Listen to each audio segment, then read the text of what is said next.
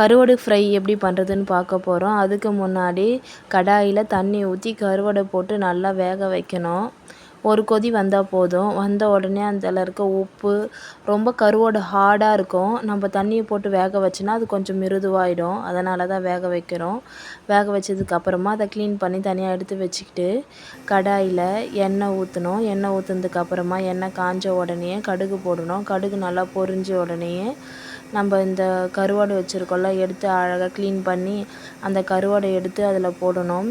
கருவாடு நல்லா அதில் வந்து வேகட்டும். வெந்ததுக்கு அப்புறமா அடுப்பை சிம்மில் ஆஃப் பண்ணிவிட்டு லைட்டாக பெப்பர் தூள் போடணும். பெப்பர் தூளுக்கு அப்புறமா மிளகாத்தூள் போடணும். மிளகாத்தூள் போட்டுட்டு லைட்டாக கிண்டி விட்டுணும். அவ்வளோதான், கருவாடு ஃப்ரை ரெடி ஆகிடுச்சு. நீங்களும் ட்ரை பண்ணி சாப்பிட்டு பாருங்கள். டேஸ்ட்டு வேறு லெவலில் இருக்கும். தேங்க்யூ.